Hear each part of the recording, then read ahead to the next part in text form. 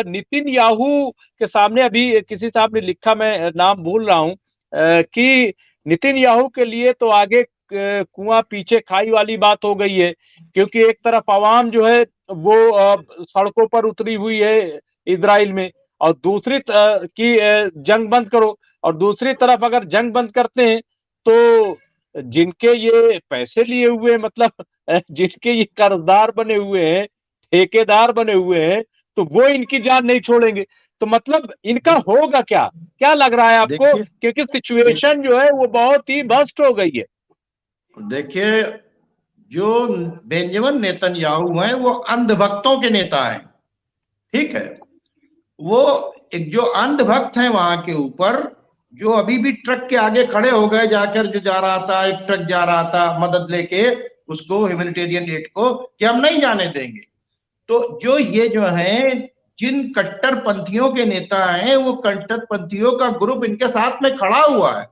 लेकिन इसराइल के अंदर भी इस वक्त दो फाड़ हो गए हैं। एक वो जो जिसकी तादाद ज्यादा है, जो जंग रोकने की बातचीत कर रहा है, सीज फायर की बातचीत कर रहा है, इनसे कह रहा तुम कैप्टिव नहीं ला पाए, तुम लोगों को मरवा रहे हो, तुमने सबको झूठ बोला।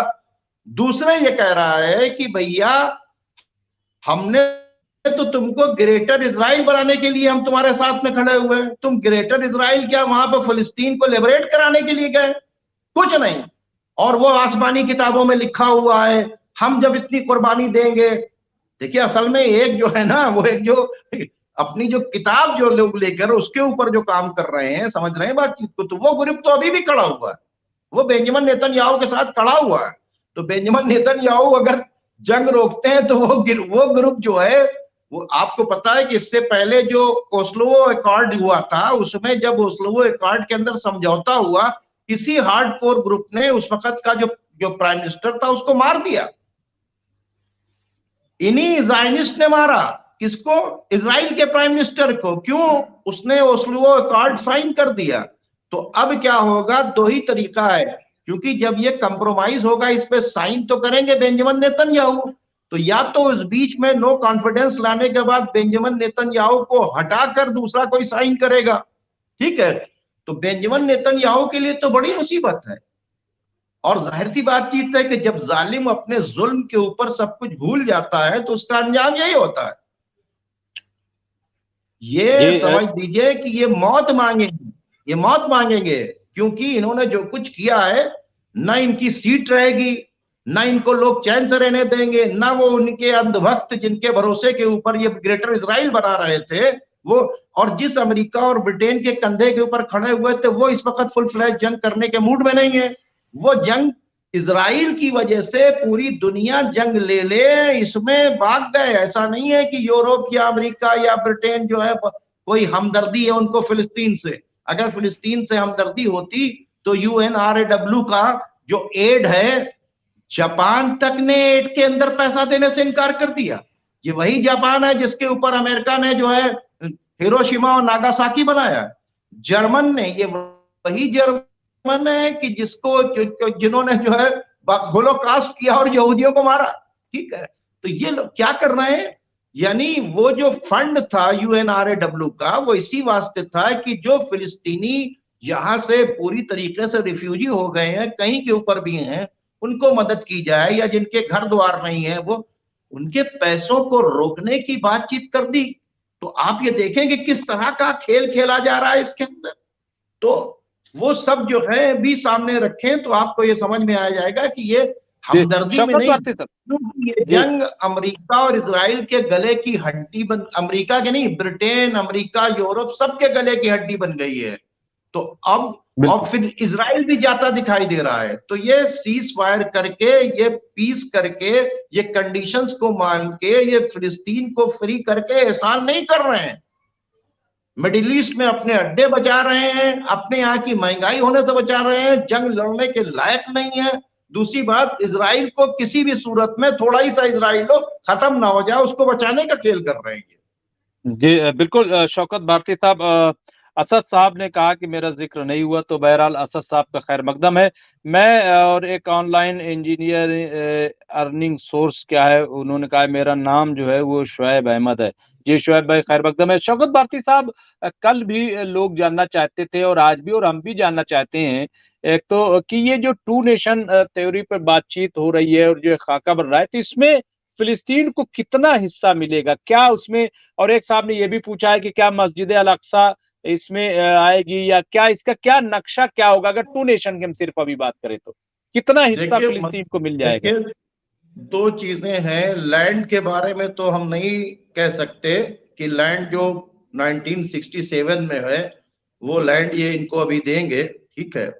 लेकिन इतना जरूर है कि जो जेरूशलम का मामला है, ठीक है, अभी तो बात हो रही कि गजा से और जहां से इनकी फौजें वापस जाएं, सेटलर्स को पीछे ले जाए, यानी फिलिस्तीन की जमीन पर वेस्ट बैंक में जैसे 4 मुस्लिम्स रह रहे हैं, उसके बगल उसके उसके पीछे इन्होंने मान लीजिए कि एक यहूदी को, एक इस तरह की इनका फोर्स है, क्योंकि सब ट्रेंड किए हुए हैं। इस तरह से जो उन्होंने सेटलर्स की जो आबादी वहां के ऊपर बसा रखी है, वहां सेटलर्स नहीं रहेंगे। सेटलर्स नहीं रहेंगे, ये बहुत बड़ी बातचीत है। दूसरी बात जो है, जेरूशलम जो है वो जेरूशलम पर तीनों का वो इबादत का वो है, वहां के ऊपर क्रिश्चियन भी, वहां पर मुसलमान भी, वहां पर ज्यूज भी, वो तीनों को आने जाने की कोई किसी तरह की पाबंदी नहीं रहेगी। जाहिर सी बातचीत है कि उसका चार्ज जो है वो जॉर्डन के ही पास है, मुतवल्ली तो जॉर्डन ही ना, ये तो इलीगल तौर के ऊपर वहां के ऊपर जाने से रोकते हैं। तो फिर उसके मतलब ये कि जॉर्डन के अंदर ये जाने से भी नहीं रोक पाएंगे, वो क्या नाम है, जेरूशलम के अंदर जाने से नहीं रोक पाएंगे। तो सवाल ये पैदा होता है कि फ्री पैलेस्टाइन जहां तक है वहां के ऊपर, जेरूशलम को तो पहले भी आजाद रखा गया। जब बंटवारा हुआ था इजराइल का और फिलिस्तीन का, उसमें जेरूशलम को अलग रखा गया। लेकिन आप ये बताइए कितनी बड़ी बातचीत है, जो गजा खत्म करना जा रहे थे, जो बाकायदा तौर के ऊपर बिनगोरियन कैनाल निकालने जा रहे थे, जो गजा को बिल्कुल मटिया मेट करके वहां से गैस और ये सब चीजें लूटना चाह रहे थे, वो सब छोड़ के जाएंगे जहां वो कब्जा कर चुके थे, जहां झंडा लगा चुके थे बाकायदा तौर के ऊपर, जहां पर सेटलर्स को आबाद करने की बात कर रहे थे, जहां पे कह रहे थे यहां पर ये बनेगा, यहां पर ये प्लॉट होगा, यहां पर ये होगा, उसका नक्शा तैयार हो चुका था बाकायदा तौर के ऊपर। और गेम ऑफ ग्रेटर इसराइल चल रहा था। कहां आप हम्म। वहां जहां पहुंचे, इतनी कुर्बानी दी, इतने मारे गए, उसके बाद आपने पूरी दुनिया में बदनाम हुए, वार क्रिमिनल्स डिक्लेयर हो गए, आप जेनोसाइड करने वाले डिक्लेयर हो गए, आपने अपनी इंटेलिजेंस की जो इमेज है वो चौपट कर ली, अपने आर्म सबनेशन की इमेज चौपट कर ली। बड़ा टैंक का बड़ा चर्चा था, इंटेलिजेंस का बड़ा चर्चा था, कैप्टिव झूठ ढूंढ नहीं पाए थे।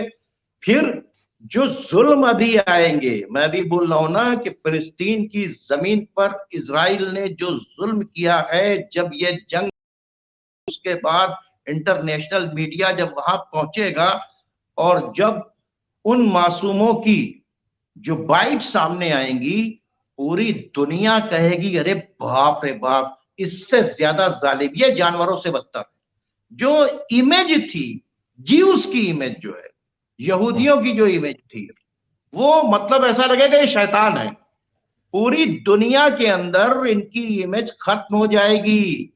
सिर्फ इनकी टेक्नोलॉजी, इनकी इंटेलिजेंस, इनकी मिलिट्री, इनके आर्म सबनेशन के नहीं, इनको लोग जानवर से बदतर समझेंगे। ये जंग तो रुकने दीजिए, इसके बाद मीडिया को जाने तो दीजिए, वहां के दर्द तो सुनने दीजिए। वहां के डॉक्टर्स बताएंगे, वहां के पोप बताएंगे, वहां के मस्जिद के लोग बताएंगे, वहां स्कूल के टीचर्स बताएंगे, वहां जिनका पूरा पूरा परिवार मर गया उनके लोग बताएंगे। आप देखिएगा कि इसमें ये ये बहुत बड़ी जी, अगर ये सीज फायर हुआ, ये समझ लीजिए कि फिलिस्तीनियों की ऐसी जीत है कि जिसका तसव्वुर नहीं कर सकते। यानी मजलूमों की जीत है, इंसानों की जीत है, दुनिया के हर उस इंसान की जीत है जिसने इस जुल्म के खिलाफ प्रोटेस्ट किया। अगर इसराइल हमास से लड़ता रहता तो कोई कुछ नहीं बोलता। इसराइल ने जो सिविलियंस के साथ किया है वो आप सोच नहीं सकते, वो सोच नहीं सकते।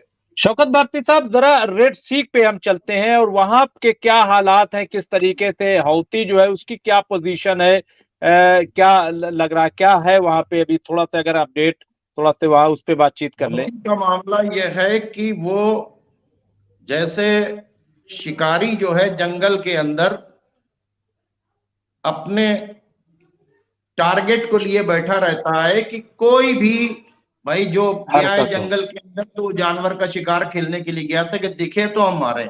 वही काम इनका है कि जो भी जहाज दिखा बाबल मंदब से, जो भी दिखा उस पे इनका फ्लैग। जिसने अपनी तख्ती पे नहीं लिखा कि हमारा इसराइल से कोई रिश्ता, अब तो तख्ती पे लिखा हमारा अमेरिका से, इसराइल से, ब्रिटेन से कोई रिश्ता नहीं है। अब तीन चीजें लिखनी पड़ रही है और उनके ऊपर वो टूट पड़े। वो अपना देख रहे हैं कि वारशिप है, वो नहीं देख रहे हैं कि कमर्शियल है, वो नहीं देख रहे कि मिलिट्री का कार्गो है, वो ये नहीं देख रहे। जब ये उसको बाकायदा तौर के ऊपर कवर करके ले चल रहे थे, बाकायदा तौर के ऊपर, उस कवर करने के बाद हौती का तो बस एक ही काम है कि आओ हमारे टारगेट के ऊपर तो हम तुमको बताएंगे, हम तो बैठे हुए हैं। तो रेड सी के अंदर दो अभी अब तक उन्होंने 21-22 मारे हैं, 21-22 जहाज। जी शौकत भारती साहब, एक और आ रहा है कि F-16 नॉर्थ कोरिया के पास जो है हादसे का शिकार हुआ है। ये अमेरिका का F-16 जो है ये हादसे का शिकार हो गया है। तो ये कैसे कोई खबर है क्या इसकी? हो सकता है हुआ हो, क्योंकि वहां पर भी माहौल काफी गर्म है बाकायदा तौर के ऊपर। सिर्फ वहीं गर्म नहीं है, उसके अलावा ब्रिटेन में जब अमेरिका ने अपने न्यूक्लियर क्या नाम है मिसाइल्स वगैरह भेज दिए वहां के ऊपर, तो रशिया ने भी बाकायदा तौर के ऊपर अपने न्यूक्लियर उनको प्लांट करना शुरू कर दिया है। और उधर आपको पता है कि ये साउथ कोरिया के साथ में जो है मिलकर जो है वहां के ऊपर, और अमेरिका कई जगह अपने क्या नाम है फौज को एक्टिव कर रहा है। तो मे भी पॉसिबल उसके अंदर इनका ये गिर गया हो। और हर तरफ लोग तैयारी किए हुए हैं, ऐसा नहीं। और बहुत ही ये न्यूक्लियर जंग की तरफ ले जा रहा है। तब इसी वास्ते तो उन्होंने सोचा कि एक तरफ हम उधर अपने आप को फंसाएं, एक तरफ यहां फंस गए। वर्ल्ड वार अगर हो गई तो पेंटागन ने ऐसा थोड़ी है कि वो ईरान की हमदर्दी में या फिलिस्तीन की हमदर्दी में या जो है इंसानियत की हमदर्दी में ये सब किया है। ये सब जो इसको रोका जा रहा है, इसकी कोशिश इसी वास्ते, अपनी जो नाजायज औलाद जो है बेंजामिन नेतन्याहू को जो दबाया जा रहा है, मारा जा रहा है, डांटा जा रहा है, जो उनको उल्टा सीधा कहा जा रहा है, वो इस वास्ते कि इजराइल खतरे में, मिडिल ईस्ट के बेसिस खतरे में। और मैं फिर कहता हूं कि दुनिया को अगर देखा जाए तो जंग के दहाने के ऊपर ले जाने वाला, दुनिया के अंदर डिवाइड एंड रूल के ऊपर काम करने वाला ये ब्रिटेन और अमेरिका है। ये पूरी दुनिया के लिए सरदर्द है और इन्हीं के कंधे के ऊपर इजराइल नाच रहा है। आज देखिए क्या कह रहे हैं कि हम फोर्सफुली कंप्रोमाइज कराएंगे, हम अपनी ताकत का इस्तेमाल करेंगे। ब्रिटेन साहब आज बयान दे रहे हैं हम इरिवर्सेबल हैं, हमने जो फैसला कर लिया है कि फिलिस्तीन तो रहेगा। फिलिस्तीन की बातचीत कर रहे हैं, फिलिस्तीन की बात नहीं कर रहे हैं, जंग से बचने की बातचीत कर रहे हैं। वो समझ चुके कि अब ये नहीं होगा तो जंग तो शुरू ही है ना। उधर से हिजबुल्लाह शुरू किए, उधर से हमास शुरू किए, उधर इस्लामिक रेजिस्टेंस शुरू किए, इधर से हौती शुरू किए। लेकिन जंग का आखिरी सवाल शौकत भारती साहब, और उसके बाद गुफ्तगू का, कि इस पूरे मामले में अगर देखें तो क्या नहीं लग रहा है कि ईरान की धमक जो है वो दूर दूर तक सुनाई दे रही है इस पूरे मामले में अगर हम देखें तो?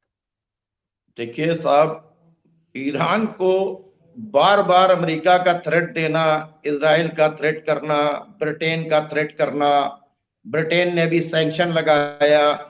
कल उन्होंने अपने उनके एम्बेसडर को बुला के कहा कि ये सब खत्म करो, ठीक है। सारा Iran Iran Iran Iran Iran Iran करना और ये कहना साहब ईरान की प्रॉक्सी है, ईरान हथियार दे रहा है, ईरान ये कर रहा है, ईरान इंटेलिजेंस है। तो ये तो खुद जो है जो दुश्मन है ईरान का, वो खुद ईरान की धमक मान रहा है, ठीक है। तो अब इसमें ये तो बिल्कुल शीशे के तरीके से साफ है, क्लियर है, क्रिस्टल क्लियर है कि इसमें ये गजा की भी जीत है, ये ईरान की भी जीत है। ये उन बेवकूफों को जवाब था जो दूसरे ही दिन कह रहे थे ईरान क्यों नहीं कूद रहा, ईरान क्यों नहीं बोल रहा, ईरान क्यों नहीं कर रहा। उनको नहीं, समझ में आया कि बिल्कुल समझदारी से, और समझदारी होनी भी चाहिए। कोशिश ये होनी चाहिए कि इंसानी जी जान बिल्कुल। बचे। जंग नहीं कोई बिल्कुल, हम मजा तो लेने की चीज हम नहीं है। जी जंग जी से जी जी पता हम नहीं कितनी बर्बादी हो है। और जो बर्बादी का बिल्कुल। और माप हर देखे वो अमेरिका हो सकता है, वो ईरान नहीं हो सकता।